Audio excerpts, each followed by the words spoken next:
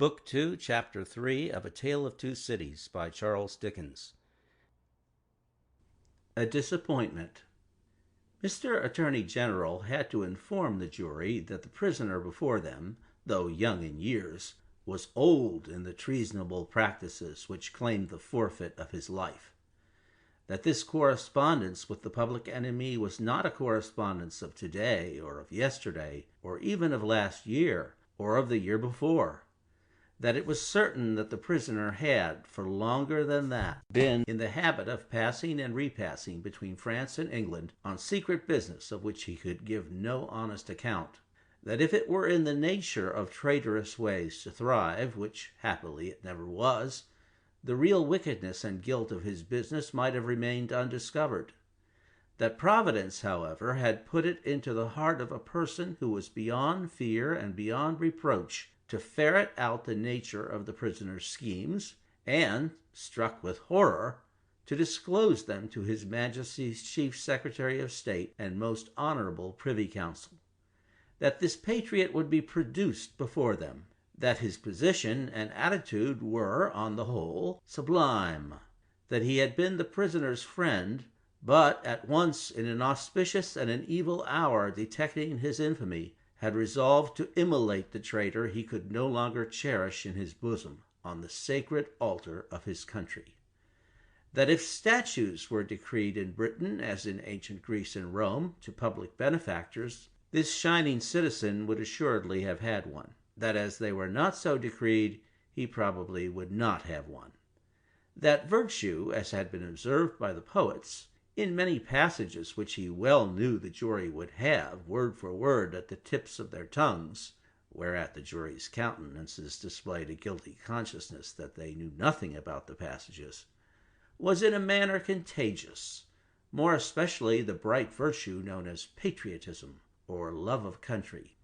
That the lofty example of this immaculate and unimpeachable witness for the crown, to refer to whom, however unworthily, was an honor, had communicated itself to the prisoner's servant, and had engendered in him a holy determination to examine his master's table drawers and pockets, and secrete his papers. That he, Mr. Attorney General, was prepared to hear some disparagement attempted of this admirable servant, but that in a general way he preferred him to his, Mr. Attorney General's, brothers and sisters, and honored him more than his, Mr. Attorney General's, father and mother.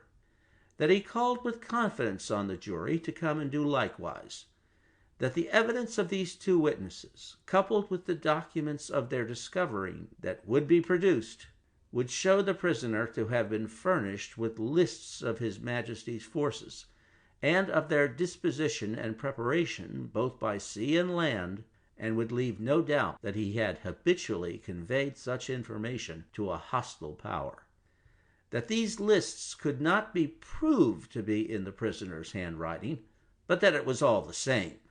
That indeed it was rather the better for the prosecution, as showing the prisoner to be artful in his precautions.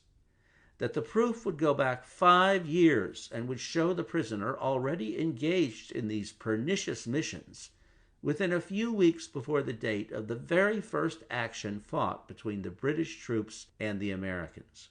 That for these reasons the jury, being a loyal jury, as he knew they were, and being a responsible jury, as they knew they were, must positively find the prisoner guilty and make an end of him, whether they liked it or not. That they never could lay their heads upon their pillows. That they never could tolerate the idea of their wives laying their heads upon their pillows. That they never could endure the notion of their children laying their heads upon their pillows. In short, that there never more could be, for them or theirs, any laying of heads upon pillows at all, unless the prisoner's head was taken off.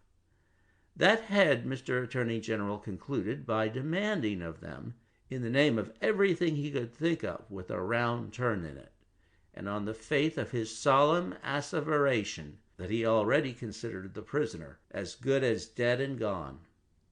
When the Attorney General ceased, A buzz arose in the court as if a cloud of great blue flies were swarming about the prisoner in anticipation of what he was soon to become. When toned down again, the unimpeachable patriot appeared in the witness box. Mr. Solicitor General then, following his leader's lead, examined the patriot, John Barsad, gentleman by name. The story of his pure soul was exactly what Mr. Attorney General had described it to be.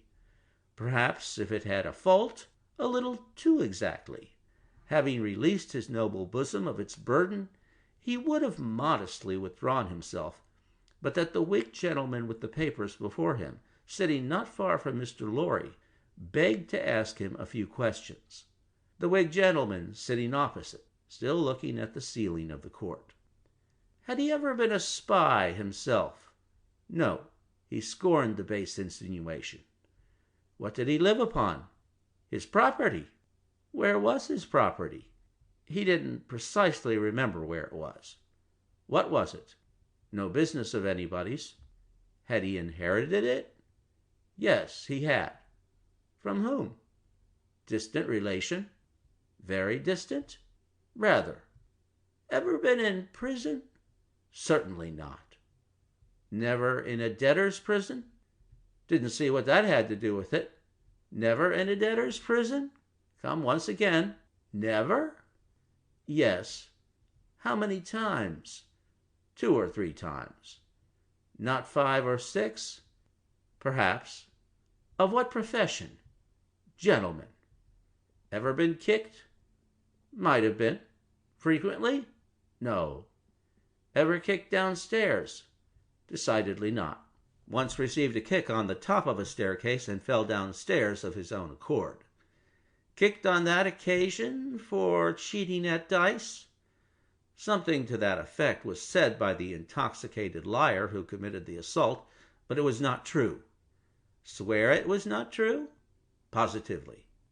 Ever live by cheating at play? Never. Ever live by play? Not more than other gentlemen do. Ever borrow money of the prisoner? Yes.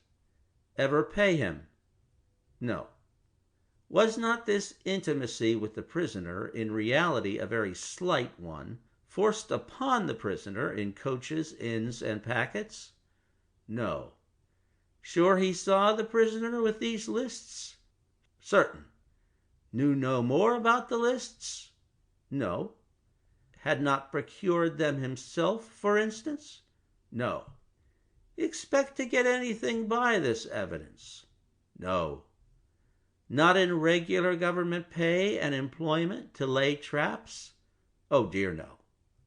Or to do anything? Oh dear, no.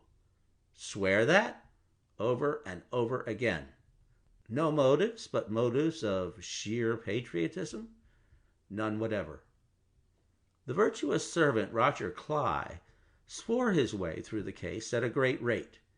He had taken service with the prisoner in good faith and simplicity 4 years ago. He had asked the prisoner aboard the Calais packet if he wanted a handy fellow, and the prisoner had engaged him. He had not asked the prisoner to take the handy fellow as an act of charity, never thought of such a thing. He began to have suspicions of the prisoner and to keep an eye upon him soon afterwards. In arranging his clothes while traveling, he had seen similar lists to these in the prisoner's pockets over and over again. He had taken these lists from the drawer of the prisoner's desk. He had not put them there first. He had seen the prisoner show these identical lists to French gentlemen at Calais, and similar lists to French gentlemen both at Calais and Boulogne. He loved his country and couldn't bear it, and had given information.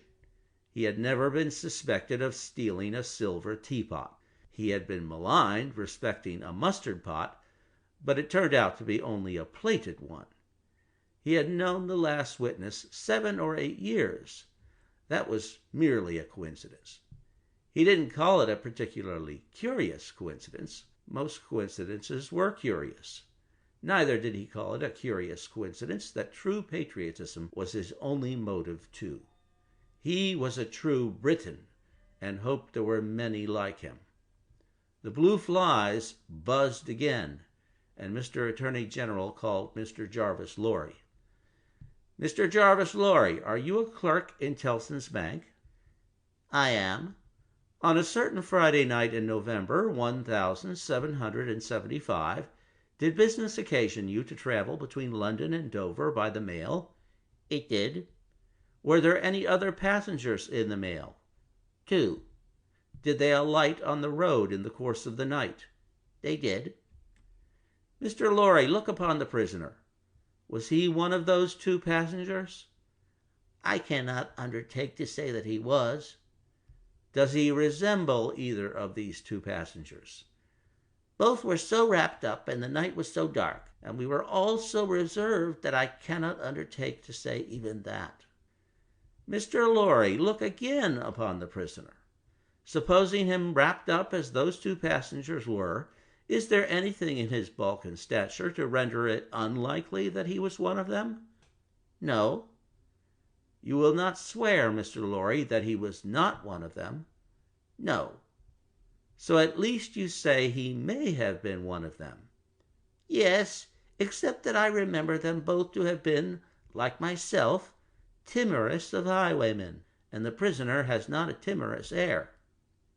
"Did you ever see a counterfeit of timidity, Mr. Lorry?" "I certainly have seen that." "Mr. Lorry, look once more upon the prisoner. Have you seen him to your certain knowledge before?" "I have." "When?" "I was returning from France a few days afterwards, and at Calais the prisoner came on board the packet ship in which I returned, and made the voyage with me." "At what hour did he come on board?" "At a little after midnight." "In the dead of the night? Was he the only passenger who came on board at that untimely hour?" "He happened to be the only one." "Never mind about happening, Mr. Lorry. He was the only passenger who came on board in the dead of the night." "He was." "Were you traveling alone, Mr. Lorry, or with any companion?" "With two companions, a gentleman and a lady. They are here." "They are here. Had you any conversation with the prisoner?" "Hardly any. The weather was stormy, and the passage long and rough, and I lay on a sofa almost from shore to shore." "Miss Manette." The young lady, to whom all eyes had been turned before, and were now turned again, stood up where she had sat. Her father rose with her, and kept her hand drawn through his arm. "Miss Manette, look upon the prisoner." To be confronted with such pity and such earnest youth and beauty was far more trying to the accused than to be confronted with all the crowd. Standing, as it were, apart with her, on the edge of his grave, not all the staring curiosity that looked on could for the moment nerve him to remain quite still. His hurried right hand parceled out the herbs before him into imaginary beds of flowers in a garden, and his efforts to control and steady his breathing shook the lips from which the color rushed to his heart. The buzz of the great flies was loud again. "Miss Manette, have you seen the prisoner before?" "Yes, sir." "Where?" "On board of the packet ship just now referred to, sir, and on the same occasion." "You are the young lady just now referred to?" "Oh, most unhappily I am." The plaintive tone of her compassion merged into the less musical voice of the judge as he said something fiercely. "Answer the questions put to you, and make no remark upon them. Miss Manette, had you any conversation with the prisoner on that passage across the channel?" "Yes, sir." "Recall it." In the midst of a profound stillness, she faintly began. "When the gentleman came on board—" "Do you mean the prisoner?" inquired the judge, knitting his brows. "Yes, my lord." "Then say the prisoner." "When the prisoner came on board, he noticed that my father," turning her eyes lovingly to him as he stood beside her, "was much fatigued and in a very weak state of health. My father was so reduced that I was afraid to take him out of the air, and I had made a bed for him on the deck near the cabin steps, and I sat on the deck at his side to take care of him. There were no other passengers that night but we four. The prisoner was so good as to beg permission to advise me how I could shelter my father from the wind and weather better than I had done. I had not known how to do it well, not understanding how the wind would set when we were out of the harbor. He did it for me. He expressed great gentleness and kindness for my father's state, and I am sure he felt it. That was the manner of our beginning to speak together. Let me interrupt you for a moment. Had he come on board alone? No. How many were with him? 2 French gentlemen. Had they conferred together? They had conferred together until the last moment, when it was necessary for the French gentlemen to be landed in their boat. Had any papers been handed about among them, similar to these lists? Some papers had been handed about among them, but I don't know what papers. Like these in shape and size? Possibly, but indeed I don't know, although they stood whispering very near to me, because they stood at the top of the cabin steps to have the light of the lamp that was hanging there. It was a dull lamp, and they spoke very low, and I did not hear what they said, and only saw that they looked at papers. Now, to the prisoner's conversation, Miss Manette. The prisoner was as open in his confidence with me, which arose out of my helpless situation, as he was kind and good and useful to my father. I hope, bursting into tears, I may not repay him by doing him harm today. Buzzing from the blue flies. Miss Manette, if the prisoner does not perfectly understand that you give the evidence which it is your duty to give, which you must give, and which you cannot escape from giving, with great unwillingness, he is the only person present in that condition. Please to go on. He told me that he was traveling on business of a delicate and difficult nature, which might get people into trouble, and that he was therefore traveling under an assumed name. He said that this business had, within a few days, taken him to France, and might at intervals take him backwards and forwards between France and England for a long time to come.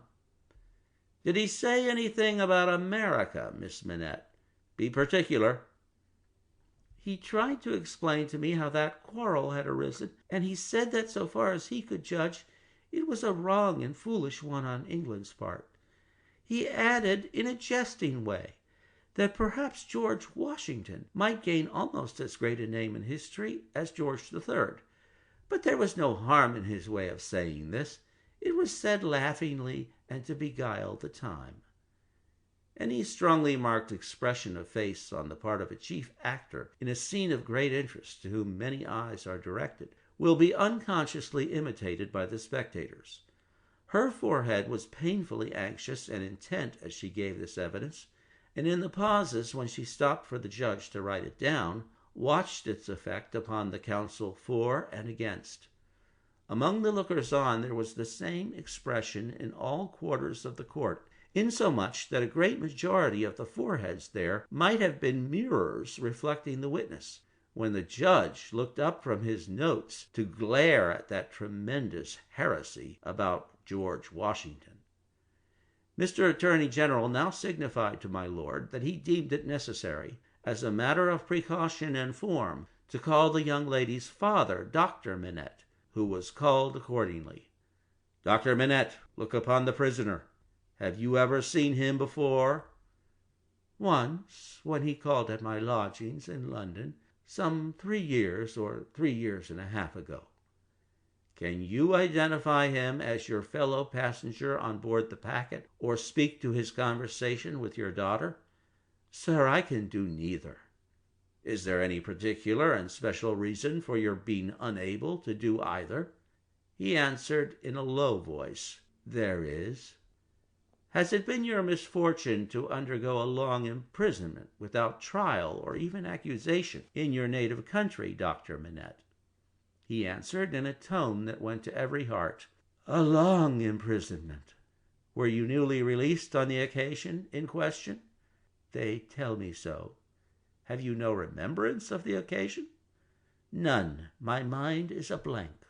from some time, I cannot even say what time, when I employed myself in my captivity in making shoes, to the time when I found myself living in London with my dear daughter here. She had become familiar to me when a gracious God restored my faculties. But I am quite unable even to say how she had become familiar. I have no remembrance of the process. Mr. Attorney General sat down, and the father and daughter sat down together. A singular circumstance then arose in the case, the object in hand being to show that the prisoner went down, with some fellow plotter untracked, in the Dover mail on that Friday night in November 5 years ago, and got out of the mail in the night as a blind, at a place where he did not remain, but from which he traveled back some dozen miles or more, to a garrison and dockyard, and there collected information. A witness was called to identify him as having been at the precise time required in the coffee room of an hotel in that garrison and dockyard town, waiting for another person. The prisoner's counsel was cross-examining this witness with no result, except that he had never seen the prisoner on any other occasion, when the Whig gentleman, who had all this time been looking at the ceiling of the court, wrote a word or two on a little piece of paper, screwed it up, and tossed it to him. Opening this piece of paper in the next pause, the counsel looked with great attention and curiosity at the prisoner. "You say again you are quite sure that it was the prisoner?" The witness was quite sure. "Did you ever see anybody very like the prisoner?" "Not so like," the witness said, "as that he could be mistaken." "Look well upon that gentleman, my learned friend there," pointing to him who had tossed the paper over, "and then look well upon the prisoner. How say you? Are they very like each other?" Allowing for my learned friend's appearance being careless and slovenly, if not debauched, they were sufficiently like each other to surprise not only the witness, but everybody present, when they were thus brought into comparison. My lord being prayed to bid my learned friend lay aside his wig, and giving no very gracious consent, the likeness became much more remarkable. My lord inquired of Mr. Stryver, the prisoner's counsel, whether they were next to try Mr. Carton, name of my learned friend, for treason. But Mr. Stryver replied to my lord, no, but he would ask the witness to tell him whether what happened once might happen twice, whether he would have been so confident if he had seen this illustration of his rashness sooner, whether he would be so confident, having seen it, and more, the upshot of which was to smash this witness like a crockery vessel and shiver his part of the case to useless lumber. Mr. Cruncher had by this time taken quite a lunch of rust off his fingers in his following of the evidence. He had now to attend while Mr. Stryver fitted the prisoner's case on the jury like a compact suit of clothes, showing them how the patriot Barsad was a hired spy and traitor, an unblushing trafficker in blood, and one of the greatest scoundrels upon earth since accursed Judas, which he certainly did look rather like. How the virtuous servant Cly was his friend and partner, and was worthy to be.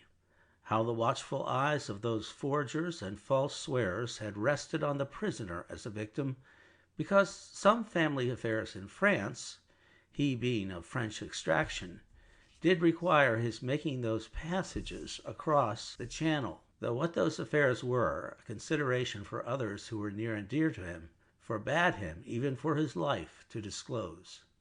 How the evidence that had been warped and wrested from the young lady, whose anguish in giving it they had witnessed, came to nothing, involving the mere little innocent gallantries and politenesses likely to pass between any young gentleman and young lady so thrown together, with the exception of that reference to George Washington, which was altogether too extravagant and impossible to be regarded in any other light than as a monstrous joke.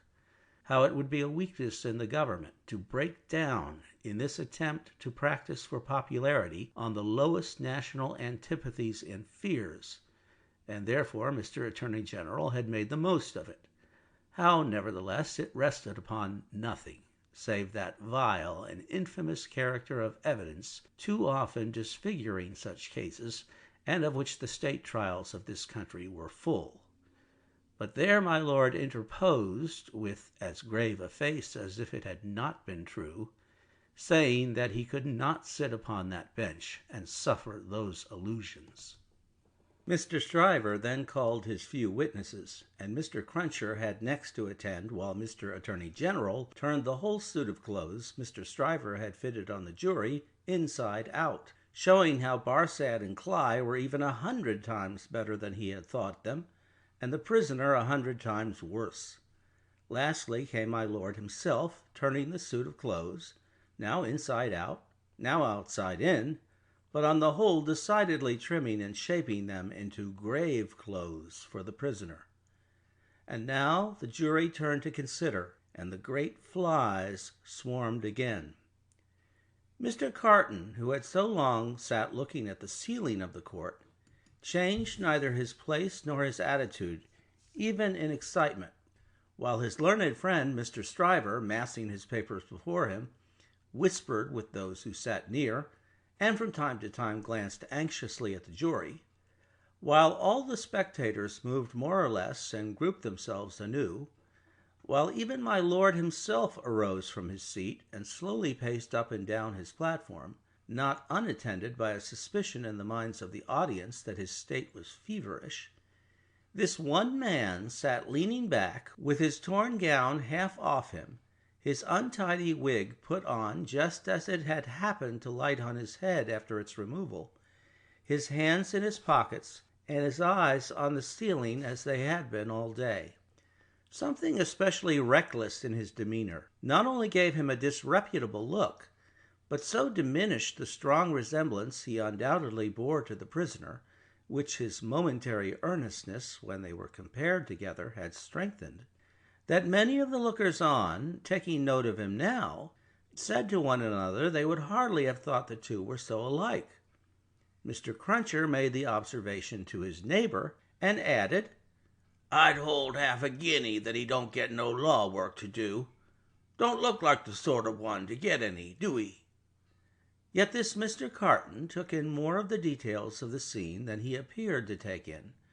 For now, when Miss Manette's head dropped upon her father's breast, he was the first to see it, and to say audibly, "Officer, look to that young lady. Help the gentleman to take her out. Don't you see she will fall?" There was much commiseration for her as she was removed, and much sympathy with her father. It had evidently been a great distress to him to have the days of his imprisonment recalled. He had shown strong internal agitation when he was questioned, and that pondering or brooding look which made him old had been upon him like a heavy cloud ever since. As he passed out, the jury, who had turned back and paused a moment, spoke through their foreman. They were not agreed and wished to retire. My lord, perhaps with George Washington on his mind, showed some surprise that they were not agreed, but signified his pleasure that they should retire under watch and ward, and retired himself. The trial had lasted all day, and the lamps in the court were now being lighted. It began to be rumored that the jury would be out a long while. The spectators dropped off to get refreshment, and the prisoner withdrew to the back of the dock and sat down. Mr. Lorry, who had gone out when the young lady and her father went out, now reappeared and beckoned to Jerry, who, in the slackened interest, could easily get near him. "Jerry, if you wish to take something to eat, you can, but keep in the way. You will be sure to hear when the jury come in. Don't be a moment behind them, for I want you to take the verdict back to the bank. You are the quickest messenger I know, and will get to Temple Bar long before I can." Jerry had just enough forehead to knuckle, and he knuckled it in acknowledgment of this communication, and a shilling. Mr. Carton came up at the moment, and touched Mr. Lorry on the arm. "How is the young lady?" "She is greatly distressed, but her father is comforting her, and she feels the better for being out of court." "I'll tell the prisoner so. It won't do for a respectable bank gentleman like you to be seen speaking to him publicly, you know." Mr. Lorry reddened as if he were conscious of having debated the point in his mind, and Mr. Carton made his way to the outside of the bar. The way out of court lay in that direction, and Jerry followed him, all eyes, ears, and spikes. "Mr. Darnay!" The prisoner came forward directly. "You will naturally be anxious to hear of the witness, Miss Manette. She will do very well. You have seen the worst of her agitation." "I am deeply sorry to have been the cause of it. Could you tell her so for me, with my fervent acknowledgments?" "Yes, I could.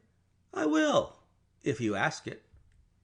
Mr. Carton's manner was so careless as to be almost insolent. He stood, half turned from the prisoner, lounging with his elbow against the bar. "I do ask it. Accept my cordial thanks."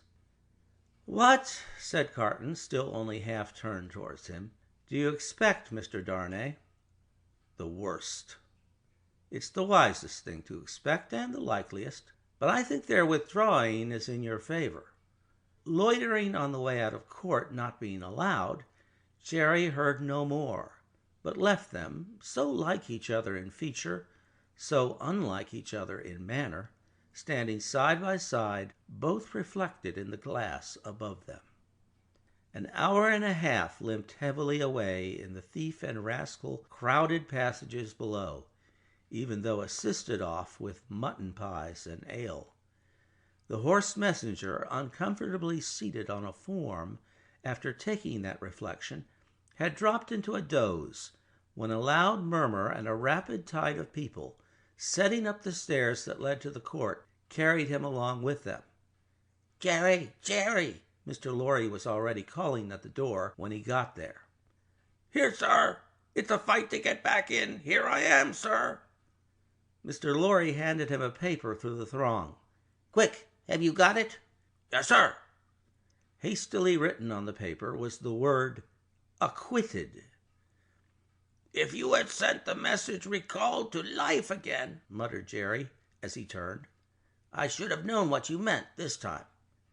He had no opportunity of saying, or so much as thinking, anything else, until he was clear of the Old Bailey, for the crowd came pouring out with a vehemence that nearly took him off his legs, and a loud buzz swept into the street, as if the baffled blue flies were dispersing in search of other carrion. End of chapter.